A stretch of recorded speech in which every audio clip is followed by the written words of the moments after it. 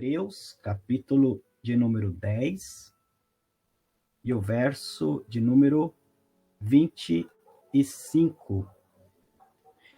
Diz assim, ó, eu vou ler aqui na NTLH, que é a nova tradução na linguagem de hoje, tá bom? Diz assim, ó, não abandones, como alguns estão fazendo, o costume de assistir às nossas reuniões. Pelo contrário, animemos uns aos outros, e ainda mais agora que vocês veem que o dia está chegando. Você pode depois conferir aí na sua Bíblia, tá bom? Em outra tradução. Esse texto ele é muito importante e ele nunca foi assim tão lido, né? Entendido como nos dias de hoje, nesse período aí que a gente passou por pandemia, tivemos aí cultos em casa, lives, né? E esse texto ele chega para nós num período como esse, onde, graças a Deus, as coisas parecem que estão caminhando, né? E hoje a gente já pode ter uma liberdade maior aí para poder ver pessoas, para poder estar junto com essas pessoas, poder, de alguma forma, olhar nos olhos dessas pessoas. Mas a gente sente falta de pessoas ainda, né? Que, de alguma forma, não conseguiu voltar a se reunir como igreja para celebrar ao Senhor. Que de alguma forma perdeu o senso de comunidade, perdeu o senso de corpo de Cristo. Por algum motivo, ou alguns motivos, né? Essas pessoas, então, elas se desanimaram, elas se frustraram, elas deixaram de valorizar a comunhão com os santos, aquilo que a Bíblia ensina com relação ao que é ser igreja e sobre a missão que a igreja tem nessa terra. Então, infelizmente, muitas pessoas deixaram, então, de estar juntos, deixaram de se reunir. E o escritor aos Hebreus, naquela época, ele já observava isso. E ele já enfrentava esse período, né?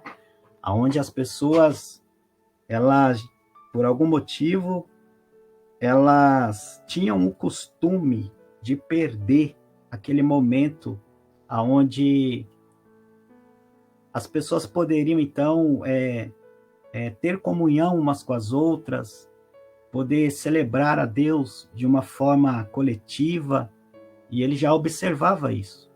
E passado aí séculos e séculos, essa palavra, ela continua real, ela continua verdadeira, ela é verdadeira, e ela faz todo sentido para nós, porque ele diz, não abandonemos, como alguns, isso quer dizer, algumas pessoas já abandonavam, já não levava a sério essa questão, né? Nossas reuniões, as reuniões aqui, se você tem acompanhado as pregações, né? Você tem percebido que as reuniões da igreja primitiva, a primeira igreja, não era como a nossa reunião hoje, né? Eles se reuniam no pátio do templo, nem dentro do templo eles iriam, eles podiam se reunir. Eles se reuniam no pátio do templo e, de casa em casa, eles também oravam, partiam pão, eles davam atenção à doutrina dos apóstolos e levavam a oração como prioridade. Então, quando eles se reuniam, não era igual é hoje, onde a gente vê templos lotados, né? Eles se reuniam em um número menor de pessoas. E então, de casa em casa, eles compartilhavam a doutrina dos apóstolos, aquilo que eles aprendiam, aquilo que eles ouviram. Então, eles compartilhavam uns com os outros. E nessas reuniões, algumas pessoas, então, faltavam, elas não iam. E parece que é hoje, né? Hoje também é assim. Nós temos um dia na semana para poder celebrarmos juntos e aprender e receber uma palavra desafiadora que vai nortear a nossa semana. E E hoje a gente vê muitas pessoas que desanimaram, que se cansaram, né?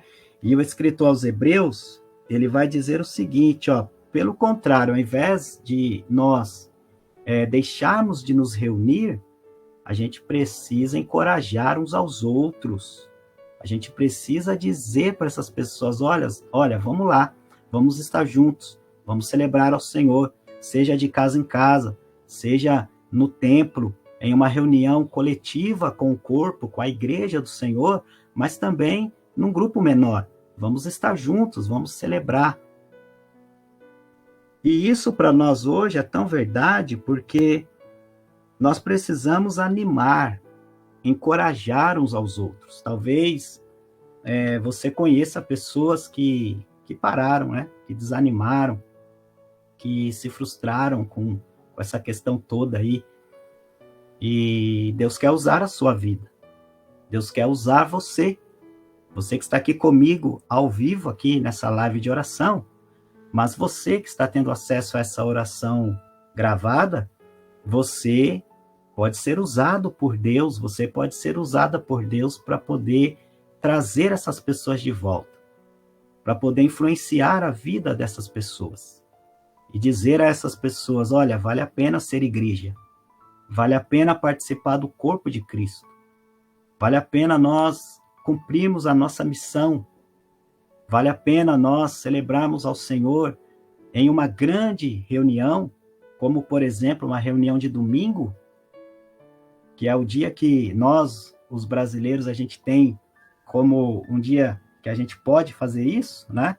Mas também podemos celebrar o Senhor em uma reunião menor, em um grupo menor, onde a gente está em torno da mesa, onde a gente está em torno ali da mesa do Senhor, aprendendo uns com os outros, orando uns pelos outros, olhando nos olhos uns dos outros, edificando uns aos outros. Então vale a pena ser igreja. E só para terminar aqui, para você ver que isso é tão profundo, né, e tão sério, eu quero deixar aqui 2 definições que retrata uma igreja relevante, né? Uma igreja relevante, cristãos relevantes, pessoas que se importam com o reino, pessoas que se importam umas com as outras, pessoas que não são perfeitas, mas elas estão caminhando, elas estão progredindo, elas estão aprendendo aos pés do Senhor Jesus e umas com as outras. Então, 2 definições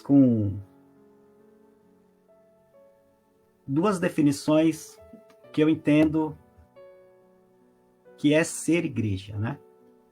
Ser igreja não é viver uma vida individualista, não é viver uma vida onde eu faço o que eu quero, não é viver uma vida onde eu não contribuo com a comunidade da fé. E contribuir aqui, não estou dizendo que é questões financeiras, estou dizendo contribuir como um todo, como membros do corpo de Cristo, edificar uns aos outros, servir a comunidade com dons e talentos, proclamar o Cristo ressurreto. Então, 2 definições, inclusive foi uma mensagem que foi pregada no domingo, né?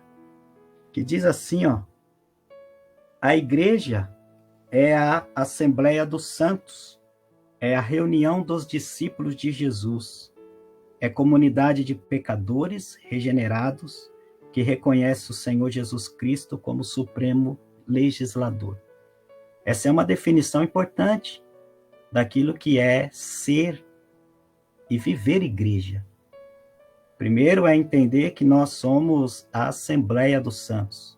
É a reunião daqueles que foram regenerados, daqueles que são discípulos do Senhor, daqueles que são pessoas pecadoras, mas entendem que foram regenerados, que não é por mérito que eles estão ali, não é por mérito que eles vivem isso, mas é pela graça do Senhor.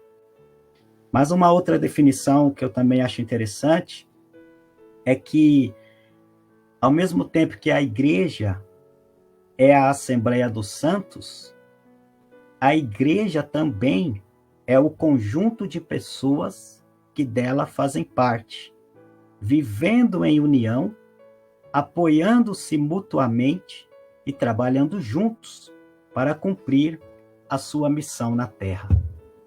Isso é ser igreja. Isso é viver igreja. É entender que você tem uma missão. É entender que você faz parte do corpo, que você é o corpo de Cristo. É entender que não há um cristianismo individualista, sozinho, trancado na caixinha da religiosidade, pensando apenas em mim, no meu problema, na minha dificuldade. Mas ser igreja é entender que nós estamos aqui para cumprir uma missão. E essa missão precisa ser feita de forma unida, deve ser feita de forma objetiva, deve ser feita com temor, com tremor, deve ser feita com alegria de poder servir o reino de Deus. Então, eu não sei porque Deus me direcionou a compartilhar isso com você nessa noite. Mas talvez você já pensou em parar, você já pensou em desanimar, você já pensou em não investir mais em relacionamentos, porque muitas coisas aconteceram no meio do caminho e talvez você se decepcionou, você se frustrou. Mas a palavra de Deus para você nessa noite é: não deixe de se reunir como igreja. Não deixe de celebrar ao Senhor como igreja. Não deixe a alegria de servir a Deus em comunidade dos discípulos do Senhor Jesus passe, fuja do seu coração. Não. Continue caminhando, continue seguindo, continue servindo, porque Deus tem o melhor para você. E Deus quer realizar grandes coisas, não através apenas da sua vida ou da minha vida, mas Deus quer realizar algo por meio da igreja, por meio do corpo, aonde Cristo é o cabeça. E nós somos os seus membros em particular. Amém?